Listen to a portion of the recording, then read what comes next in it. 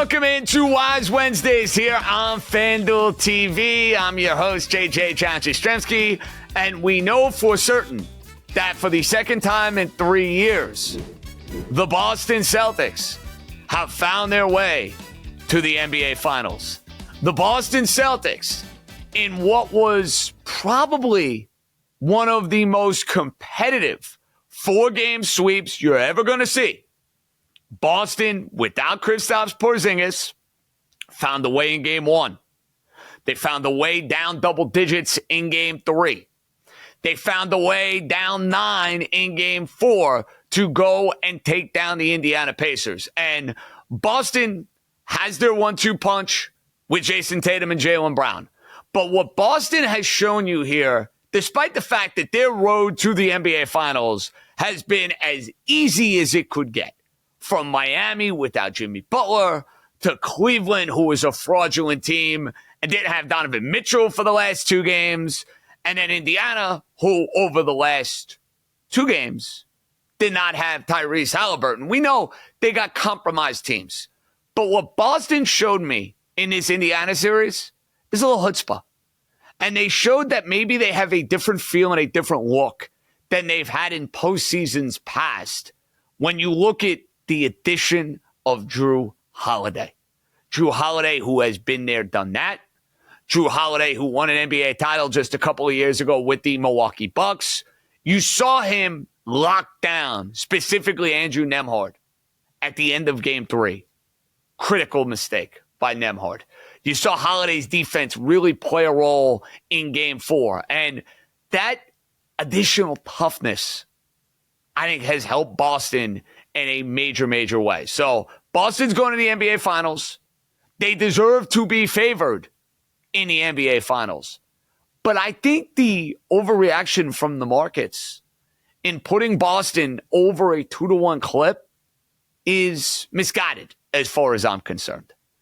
Despite the home court advantage, despite the fact that Holiday has helped them defensively in the backcourt, and there's probably a good chance, I would assume, that when we're sitting here at this time next week, Kristaps Porzingis will be able to give it a go at some point in the NBA Finals.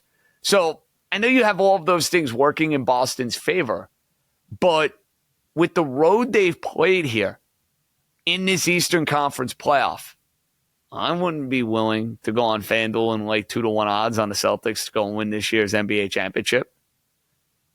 I know a lot of the metrics are going to put Boston in elite all-world NBA categories.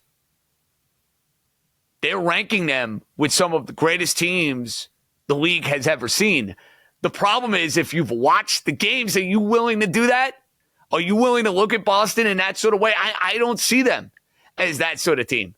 Therefore, I think they're at least vulnerable to go down in the NBA Finals when we get set next week. -2 something on the Celtics? No. I'm not saying to bet against them. I'm just saying that you cannot, in good faith, go to the ticket window and feel good about that bet. You got to figure at some point Boston is going to get tested in this NBA postseason. I know Indiana gave them good games, but I'm talking about a lengthy series. Can we see Boston maybe in a Game 6 or a Game 7? It will happen, I think, when we're sitting here next week breaking down the NBA Finals. So that's a little preview of what we have coming our way, as the Celtics now will have 9 days of rest.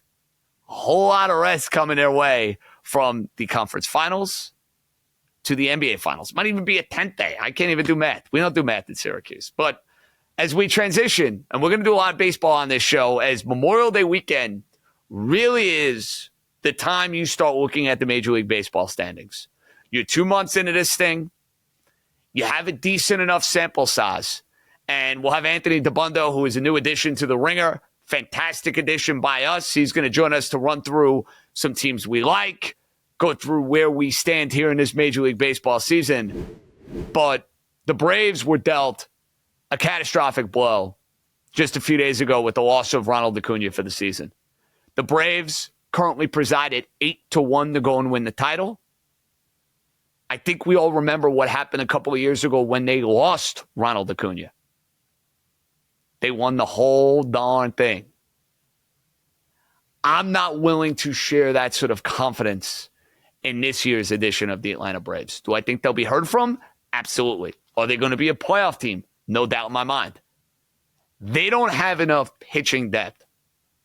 If you're going to go and compare them to the Dodgers, who they beat in that 2021 season to go and win a World Series, or the Philadelphia Phillies, who have had their number each of the last 2 years in the postseason, and now you look Philadelphia a sizable, significant favorite to go and win the National League East.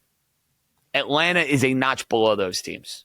I understand the temptation at 8-1 to maybe get involved with the Atlanta Braves, but I do not see 2021 happening again for this Atlanta group. I do not think we'll be sitting here in mid to late October talking about the Atlanta Braves in the World Series. The American League at the moment sure seems like that race in the AL East, which is competitive as can be between Aaron Judge, the red-hot Aaron Judge, the red-hot Juan Soto, and the red-hot New York Yankees, and the Baltimore Orioles, with all of their young talent, led by Gunnar Henderson and Adley Rutschman. I think we are looking at those two teams as the two standouts here in the American League. And they're going to be fighting it out for a division. I think there's a very good chance one of those two is going to be playing in the postseason. But I think there's opportunity to maybe find somebody else. Cleveland off to a hot start. You willing to invest in them? I'm not. They don't hit enough. Seattle, not enough of a price for me because Seattle's in a position where they don't hit. I don't trust their offense despite their outstanding starting pitching. So where can we find value outside of Yankees, Orioles within the American League? Anthony DeBundo is going to help us figure out that question. You know, if you watch East Coast Bias, Raheem Palmer and myself, I don't think Kansas City's ready quite yet to go and win a World Series, but at 65-1 with their run differential, that's a bet you should be making, even though it's at 50-1 right now as we speak on FanDuel Sportsbook. Still getting a good number. And we'll have a lot more on the Kansas City Royals as we move forward here in this edition of Wise Wednesdays. And two teams that have gotten off the sluggish starts. The Astros, the Rangers, remember they were in the ALCS just a year ago. Is there one that maybe we should look to invest in as we move forward in this baseball campaign? So Anthony DeBundo of The Ringer, he will join us, and the WNBA season is underway. And a lot of big names, a lot of big stars. I need a little help as far as getting an edge on betting these WNBA games. So Maria Marino, who loves this stuff, she does outstanding work over at the Action Network. She's going to join us.